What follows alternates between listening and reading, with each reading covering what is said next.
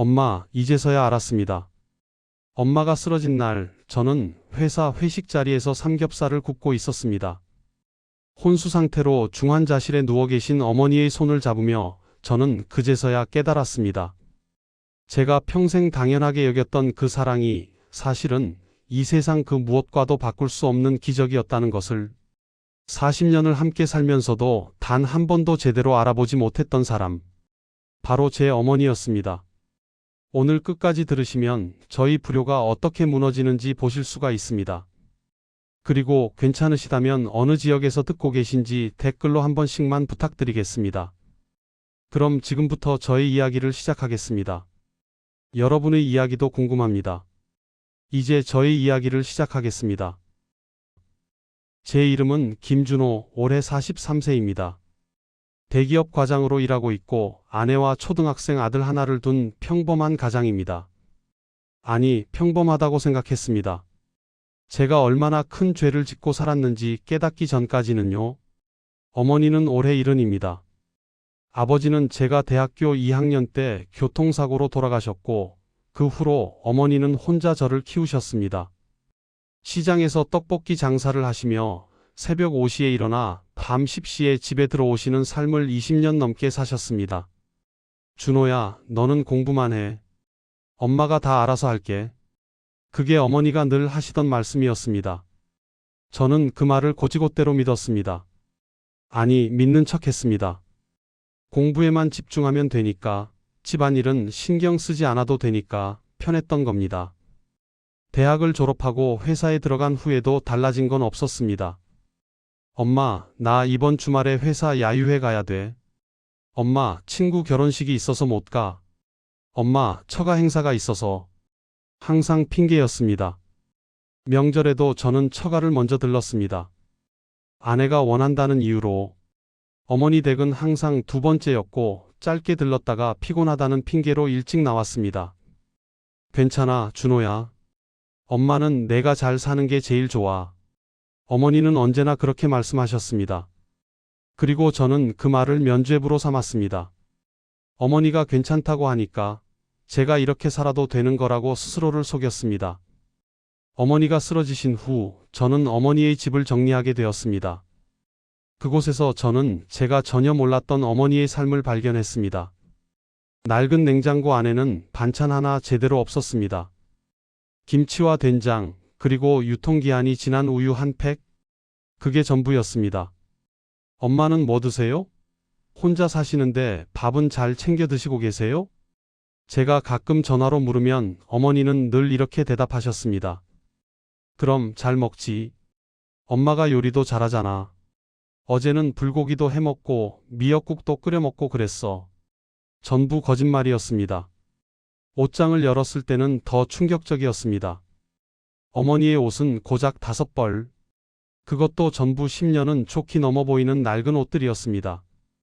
소매가 해진 점퍼, 색이 바랜 니트, 구멍난 양말들.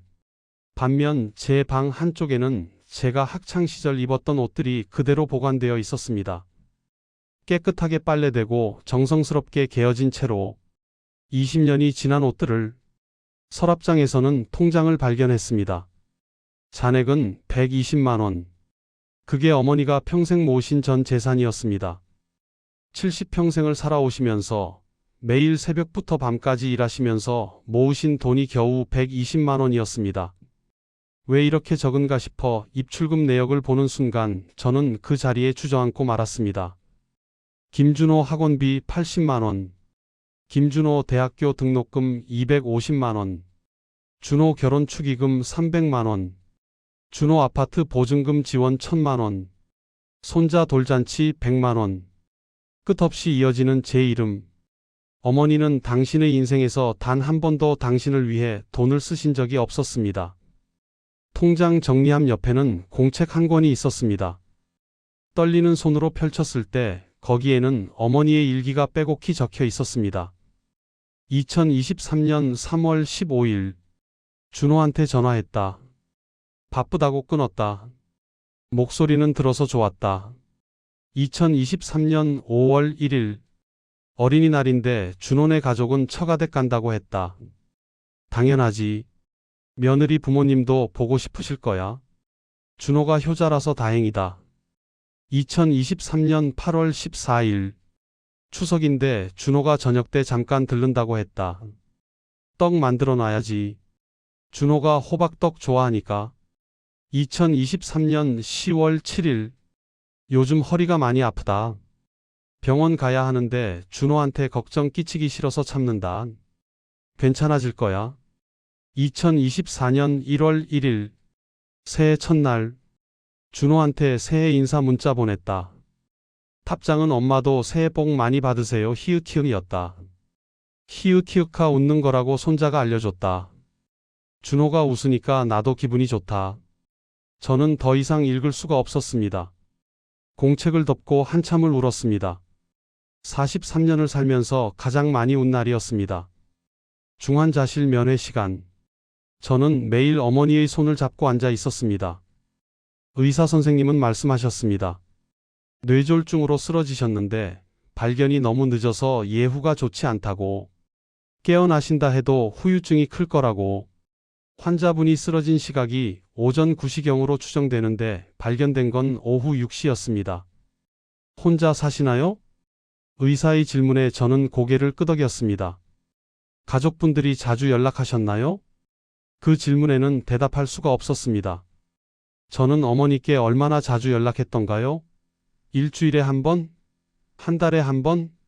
아니, 솔직히 말하면 어머니가 먼저 전화하셔야 통화했던 것 같습니다. 어머니가 쓰러진 날도 그랬습니다. 평소처럼 어머니가 아침에 전화를 하셨습니다. 저는 출근 준비 중이라 짜증스럽게 받았습니다. 엄마, 나 지금 바빠. 나중에 전화할게. 그게 제가 어머니께 한 마지막 말이었습니다.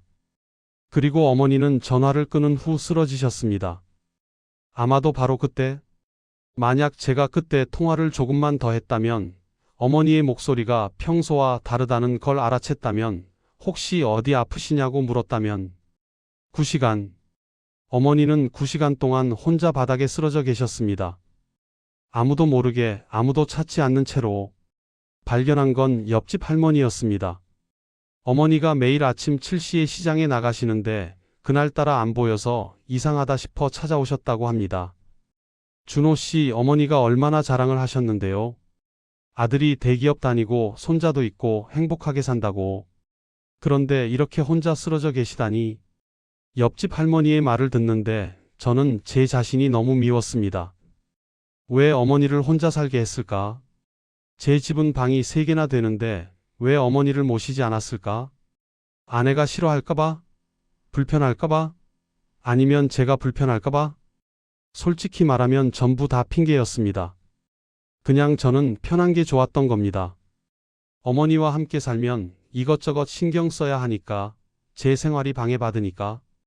얼마나 이기적인 인간입니까? 분노가 치밀었습니다.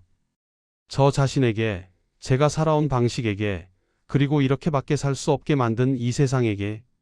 병원 매점에서 커피를 사던 중 한 권의 책이 눈에 들어왔습니다. 권씨 가문의 효행 이야기. 무심코 집어든 책이었는데 읽다 보니 마치 저를 위한 책 같았습니다. 조선시대 권씨 가문에는 효자로 유명한 권응수라는 사람이 있었습니다. 그는 관직이 높았지만 어머니를 극진히 모시기로 소문났습니다. 어머니가 병이 나셨을 때 권응수는 백방으로 약을 구했지만 차도가 없었습니다. 그때 한 스님이 말했습니다. 지극한 효성으로 하늘을 감동시켜야 합니다. 권응수는 매일 산에 올라가 하늘에 기도했습니다. 비가 오나 눈이 오나 한밤중에도 산을 올랐습니다. 100일째 되는 날 기적이 일어났습니다. 산속에서 영험한 약초를 발견한 것입니다. 그 약초로 어머니의 병이 나았고 이 이야기는 권효라는 이름으로 전해졌습니다. 책을 읽으면서 저는 깨달았습니다. 진짜 효는 거창한 게 아니라는 것을. 그저 진심으로 부모님을 생각하고 부모님의 입장에서 생각하고 부모님을 위해 할 수 있는 모든 것을 다하는 것. 그게 효라는 것을. 저는 그동안 무엇을 했습니까? 명절에 고급 선물 사드리는 게 효도인 줄 알았습니다. 용돈 드리는 게 효도인 줄 알았습니다. 하지만 어머니가 원하신 건 그게 아니었습니다. 그저 가끔 전화해서 목소리 듣는 것, 주말에 들러서 함께 밥 먹는 것, 손자 얼굴 보여드리는 것, 그런 사소한 것들이었습니다. 어머니의 일기장에 적혀 있던 문장이 떠올랐습니다. 준호가 오늘 30분이나 통화했다. 이렇게 긴 통화는 처음이다. 준호 목소리 들으니까 그동안 아팠던 허리도 안 아프다. 겨우 30분 통화가 어머니에게는 그렇게 큰 기쁨이었습니다. 저는 왜 그 30분조차 아까워했을까요? 어머니가 쓰러지신 지 2주가 지났습니다. 여전히 깨어나지 못하고 계셨지만 저는 매일 병원을 찾았습니다. 아침 출근 전에, 점심시간에, 퇴근 후에 하루 3번씩 면회를 갔습니다. 회사 동료들은 물었습니다. 준호야, 너 요즘 왜 그래? 일도 대충 하고 야근도 안 하고 무슨 일 있어? 저는 대답했습니다. 어머니가 편찮으셔서요. 그러자 한 선배가 말했습니다. 에이, 부모님이 연세가 있으면 원래 아프신 거야. 너무 신경 쓰지 마. 우리도 다 그렇게 산다. 순간 화가 치밀었습니다. 선배님 어머니가 혼자 9시간 동안 바닥에 쓰러져 계셔도 그렇게 말씀하실 수 있으세요? 선배는 아무 말도 하지 못했습니다. 저는 깨달았습니다. 많은 사람들이 저처럼 살고 있다는 것을, 부모님을 소중히 여기지 못하고 나중에 하다가 후회하는 사람들이 너무 많다는 것을. 어머니의 침대 옆에 앉아 손을 잡고 있으면 이런저런 생각이 들었습니다. 어머니와 함께 했던 시간들, 초등학교 입학식 날 어머니는 새벽부터 일어나 김밥을 싸주셨습니다. 친구들이 다 빵이랑 과자를 먹을 때 저만 김밥이어서 창피했습니다. 그래서 화장실에 가서 몰래 버렸습니다. 집에 와서 어머니가 물으셨습니다. 준호야, 김밥 맛있었어? 저는 거짓말했습니다. 네, 맛있었어요. 어머니는 환하게 웃으셨습니다. 다행이다. 엄마가 아침 일찍 일어나서 만든 보람이 있네. 지금 생각하면 어머니는 아셨을 것 같습니다. 제가 거짓말하는 걸. 하지만 그래도 기뻐해 주셨던 겁니다. 중학교 때는 이런 일도 있었습니다. 반에서 제일 인기 많은 여자의 생일 파티에 초대받았습니다. 친구들은 다 비싼 선물을 준비했습니다. 저는 어머니께 돈을 달라고 했습니다. 얼마면 되겠니? 5만 원이요. 당시 5만 원은 큰 돈이었습니다. 어머니는 잠시 고민하시더니 지갑을 여셨습니다. 그런데 지갑에 돈이 3만 원밖에 없었습니다. 준호야, 미안한데 엄마가 지금 3만 원밖에 없네. 내일 시장 끝나고 주면 안 될까? 저는 짜증을 냈습니다. 에이, 그럼 어떡해요? 내일은 늦는다고요.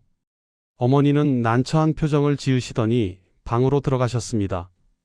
그리고 잠시 후 5만 원을 들고 나오셨습니다. 나중에 알았습니다. 어머니가 비상금으로 모아두셨던 돈을 꺼내주신 거였습니다. 당신이 아플 때를 대비해 몰래 모아두셨던 돈을. 고등학교 3학년 때 수능 100일 전, 어머니는 매일 새벽 3시에 일어나 제가 먹을 간식을 준비하셨습니다. 과일, 주먹밥, 샌드위치, 매일 다른 메뉴였습니다. 엄마, 학교에서 다 사 먹을 수 있어요. 이러지 마세요. 그래도 엄마가 만든 게 더 맛있잖아. 저는 귀찮다는 표정을 지었습니다. 하지만 어머니는 계속 만들어 주셨습니다. 100일 내내 단 하루도 거르지 않고. 수능이 끝난 후에야 알았습니다. 어머니가 그 시간에 손가락이 시려서 떨리셨다는 걸.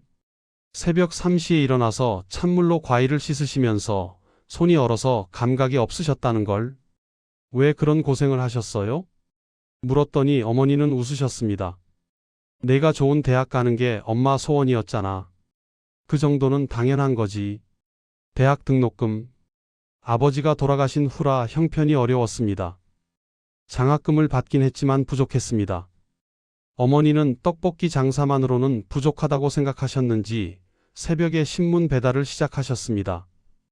추운 겨울 새벽 4시에 일어나 신문을 돌리시고 6시에 떡볶이 준비를 하시고 밤 10시에 장사를 마치시고. 그게 어머니의 하루였습니다. 엄마, 제가 휴학하고 알바할게요. 제가 말씀드렸을 때 어머니는 펄쩍 뛰셨습니다. 안 돼. 너는 공부만 해. 휴학하면 군대 가야 되잖아. 엄마가 다 할 수 있어. 그렇게 어머니는 4년 동안 제 등록금을 대주셨습니다. 결혼할 때도 그랬습니다. 전세금이 부족했습니다. 아내 쪽에서 반을 내고 저희 쪽에서 반을 내기로 했는데 저는 돈이 없었습니다. 어머니께 말씀드렸더니 어머니는 아무 말씀 없이 통장을 정리하셨습니다. 평생 모아오신 돈을 전부 주셨습니다. 엄마, 이거 엄마 노후 자금 아니에요? 괜찮아. 엄마는 일할 수 있으니까. 너희 잘 사는 게 엄마한테는 제일 큰 노후 자금이야. 저는 그 돈을 받았습니다. 고맙다는 말 한마디 제대로 하지 못하고, 그리고 결혼 후 어머니를 제대로 찾아뵙지 않았습니다. 어머니가 쓰러지신 지 한 달째 되는 날, 의사 선생님이 저를 부르셨습니다. 가족분과 상의할 게 있습니다. 심장이 철렁했습니다. 혹시 안 좋은 소식인가? 환자분의 뇌 활동이 조금씩 증가하고 있습니다. 깨어나실 가능성이 생겼어요. 눈물이 났습니다. 정말요? 정말 깨어나실 수 있어요? 확실하진 않습니다. 하지만 가능성은 있습니다. 계속 말을 걸어주세요. 환자분이 듣고 계실 수 있습니다. 그날부터 저는 매일 어머니께 이야기했습니다. 엄마, 저 준호예요. 엄마, 어서 일어나세요. 제가 이제 진짜 효도할게요. 엄마랑 같이 살고 싶어요. 엄마가 좋아하시는 것 다 해드릴게요. 제발 일어나세요. 매일같이 어머니 손을 잡고 울었습니다. 아내도 함께 왔습니다. 처음에는 시큰둥하던 아내도 어머니의 일기장을 보고 나서는 달라졌습니다. 여보, 미안해요. 내가 시어머니를 오해했어요. 시어머니가 이렇게 좋은 분인 줄 몰랐어요. 아내의 눈에도 눈물이 가득했습니다. 아들도 데려왔습니다. 초등학교 3학년인 민준이. 할머니, 저 민준이에요. 할머니 빨리 일어나세요. 제가 그림 그려왔어요. 민준이가 그린 그림에는 할머니와 손을 잡고 있는 자신의 모습이 있었습니다. 할머니, 저랑 놀이공원 가기로 약속했잖아요. 일어나서 같이 가요. 민준이의 목소리에 어머니의 손가락이 미세하게 움직였습니다. 여보, 지금 어머니 손가락 움직였어. 간호사를 불렀습니다. 의사 선생님이 달려왔습니다. 계속 말을 거세요. 엄마, 들리세요? 저 준호예요. 어머니의 눈꺼풀이 떨렸습니다. 그리고 천천히, 아주 천천히 눈을 뜨셨습니다. 엄마. 제 목소리는 떨렸습니다. 어머니의 입술이 움직였습니다. 소리는 나지 않았지만 입 모양을 읽을 수 있었습니다.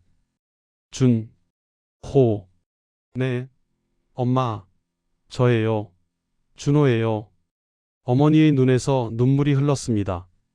저도 울었습니다. 아내도 울었습니다. 민준이도 울었습니다. 기적이었습니다. 어머니는 살아나셨습니다.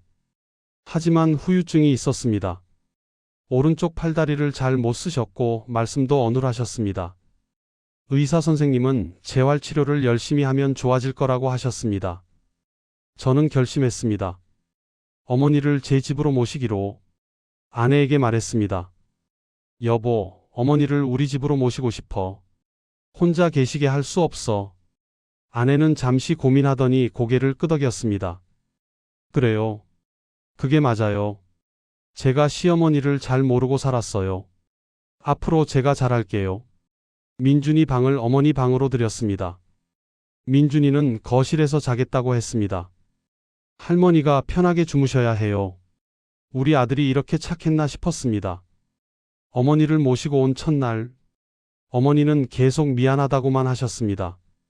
준호야, 미안하다. 엄마, 왜요? 엄마가 왜 미안해요? 짐이 되어서 가슴이 찢어지는 것 같았습니다. 엄마, 무슨 말씀을 그렇게 하세요? 엄마는 제 인생 전부예요. 짐이 아니라 제가 모셔야 할 뿐이에요. 어머니는 울었습니다. 저도 울었습니다.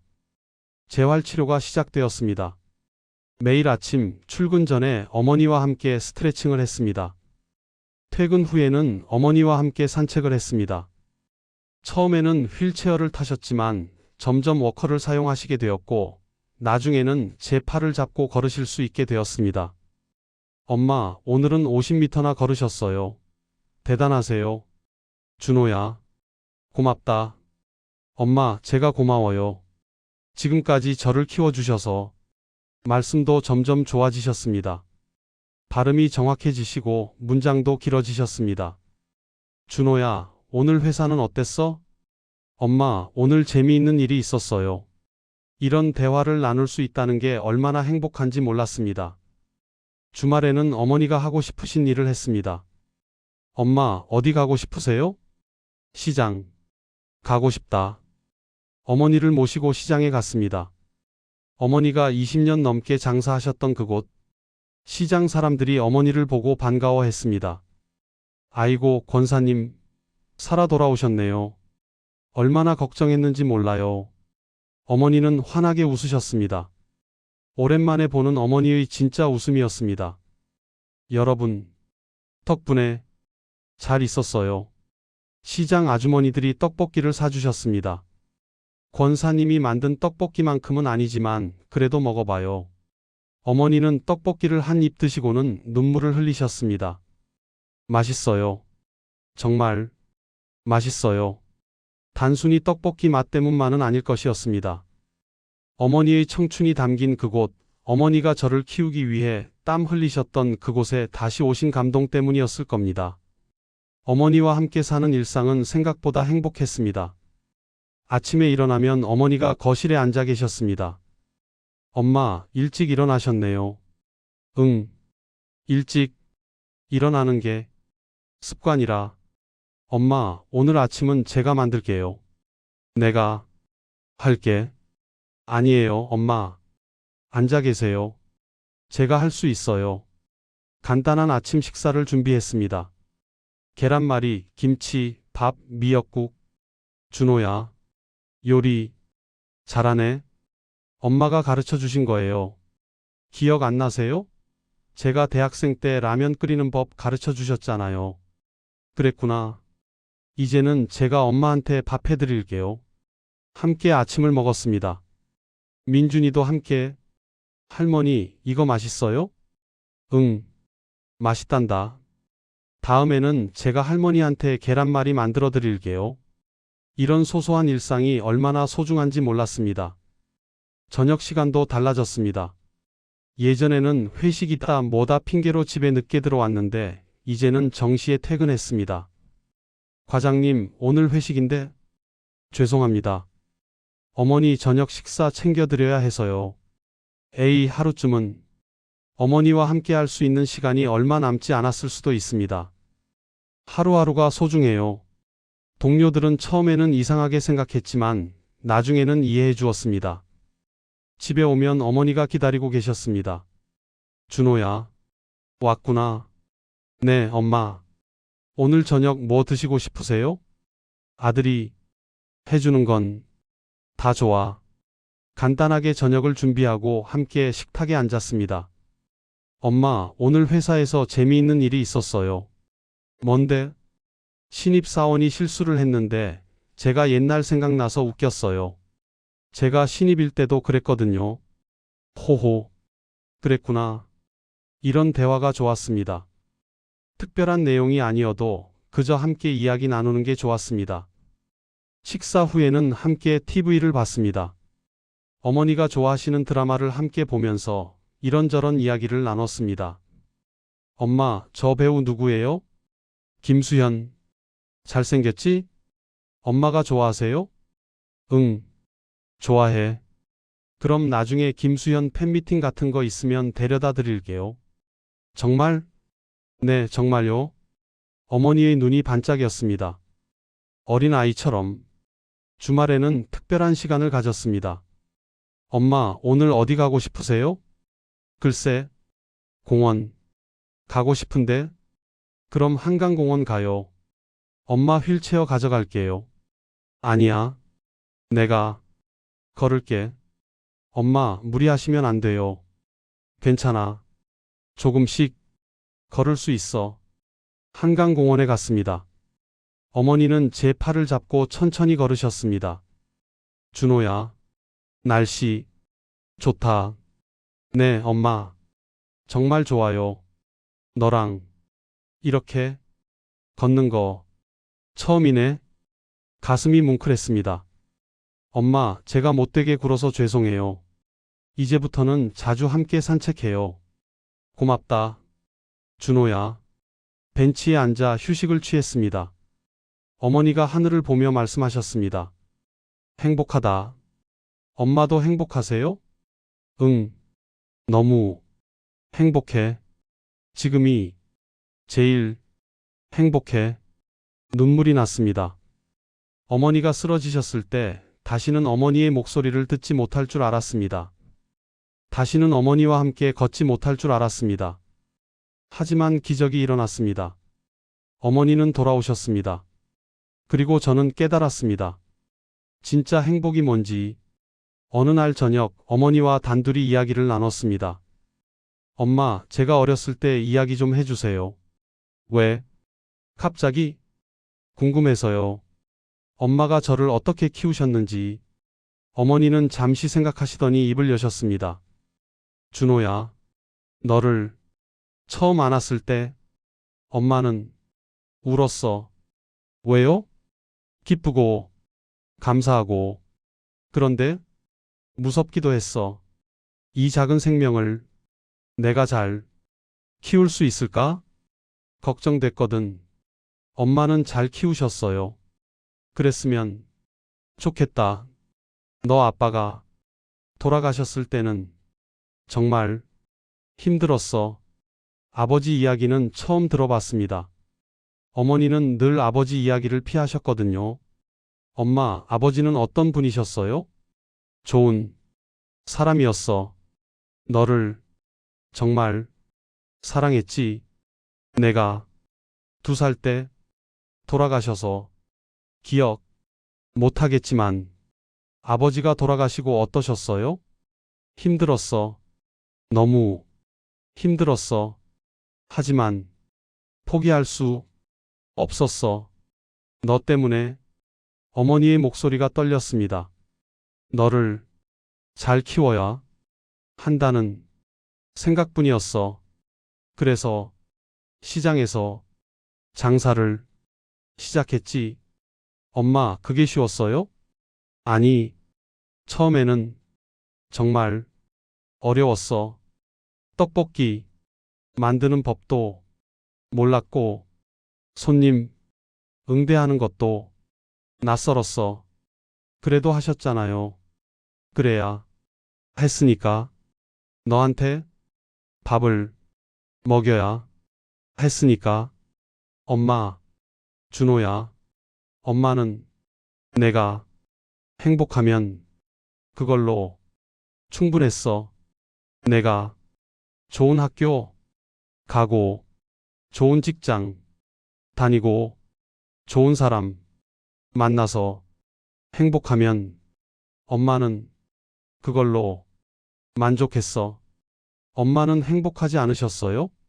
어머니는 잠시 침묵하셨습니다. 행복했어. 너를 보면 행복했어. 그게 엄마한테는 제일 큰 행복이었어. 저는 어머니를 꼭 안았습니다. 엄마, 사랑해요. 정말 사랑해요. 엄마도 사랑해. 준호야. 어머니가 저희 집에 오신 지 6개월이 지났습니다. 어머니의 건강은 많이 좋아지셨습니다. 이제는 혼자서도 걸으실 수 있고 말씀도 거의 정상으로 돌아오셨습니다. 준호야, 이제 나 혼자 살아도 되겠다. 어느 날 어머니가 말씀하셨습니다. 무슨 말씀이세요, 엄마? 너희한테 폐 끼치기 싫어서. 엄마, 폐가 무슨 폐예요? 엄마는 저희 가족이에요. 그래도 엄마, 저 진심이에요. 엄마랑 계속 같이 살고 싶어요. 민준이도 할머니 없으면 안 된대요. 정말? 네, 정말요. 어머니는 눈물을 글썽이셨습니다. 고맙다. 준호야.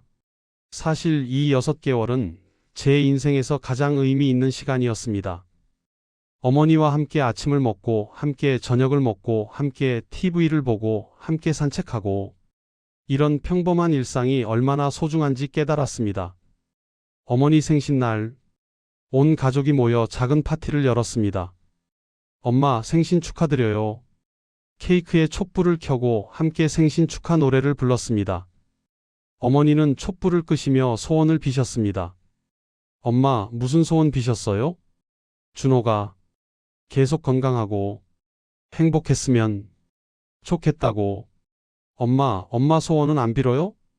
너희가 행복한 게 엄마 소원이야. 준비한 선물을 드렸습니다. 엄마, 이거 받으세요. 상자를 여시자 그 안에는 목걸이가 있었습니다. 준호야, 이게 뭐니? 비싼 거 사지 마. 엄마, 평생 저한테만 돈 쓰시고 엄마 자신한테는 쓰신 적이 없잖아요. 이제는 엄마가 받으실 차례예요. 어머니는 목걸이를 보시며 우셨습니다. 고맙다. 정말 고맙다. 엄마, 제가 고마워요. 저를 낳아주시고 키워주셔서. 가족들이 함께 식사를 했습니다. 어머니가 좋아하시는 음식들로 가득 차린 상. 엄마, 맛있어요? 응, 정말 맛있어. 다음 생신에는 더 맛있는 거 해드릴게요. 준호야, 엄마는 이걸로 충분해. 너무 행복해. 식사 후 어머니가 말씀하셨습니다. 너희들한테 할 말이 있어. 무슨 말씀이세요, 엄마? 미안하고 고맙다는 말. 엄마, 왜요? 평생 너한테 좋은 엄마 못 돼서 미안해. 돈도 많이 못 벌었고 좋은 것 못 해줬잖아. 엄마, 무슨 말씀을 그렇게 하세요? 그리고 고맙다. 이렇게 불효자인 엄마를 모셔줘서. 엄마, 저는 어머니를 꼭 안았습니다. 엄마, 불효자는 제가 했어요. 엄마는 세상에서 제일 좋은 엄마예요. 제가 미안해요. 제가 불효했어요. 아니야. 넌 좋은 아들이야. 엄마, 사랑해요. 정말 사랑해요. 온 가족이 함께 울었습니다. 그로부터 1년이 지났습니다. 어머니는 완전히 건강을 회복하셨습니다. 이제는 집안일도 도와주시고 민준이 학교 숙제도 봐주십니다. 저는 여전히 회사에 다니지만 정시 퇴근을 원칙으로 합니다. 가족과 함께하는 시간이 무엇보다 중요하다는 걸 알았으니까요. 주말에는 어머니, 아내, 민준이와 함께 여행을 갑니다. 가까운 곳이라도 함께 가는 게 중요합니다. 엄마, 다음 주말에 어디 가고 싶으세요? 글쎄, 바다 보러 갈까? 좋아요. 그럼 속초 갈까요? 응, 좋아. 어머니와 함께하는 시간 하나하나가 소중합니다. 언젠가는 어머니가 저를 떠나실 날이 올 겁니다. 그건 자연의 순리니까요. 하지만 그날이 오기 전까지 저는 최선을 다해 어머니를 사랑하고 모실 겁니다. 후회 없이. 어느 날 저녁 어머니와 단둘이 이야기를 나눴습니다. 엄마, 제가 지금까지 살면서 가장 잘한 일이 뭔지 아세요? 뭔데? 엄마를 제 집으로 모신 거요. 그게 제 인생 최고의 선택이었어요. 준호야, 엄마, 제가 깨달은 게 있어요. 효도는 나중에 하는 게 아니라는 거. 지금 당장 해야 하는 거라는 거. 그래. 그리고 효도는 거창한 게 아니라는 거. 그냥 함께 시간을 보내고 함께 밥 먹고 함께 이야기 나누는 거. 그게 효도라는 거요. 준호야, 넌 효자야. 아니에요, 엄마.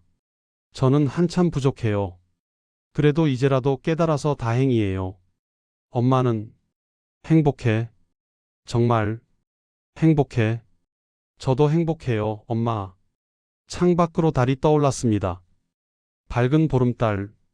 어머니와 함께 달을 보며 저는 생각했습니다. 이 순간을 절대 잊지 말아야겠다고. 어머니와 함께하는 이 소중한 시간을. 그리고 이 글을 읽는 당신께도 말하고 싶습니다. 부모님이 살아계신다면 지금 당장 전화하세요.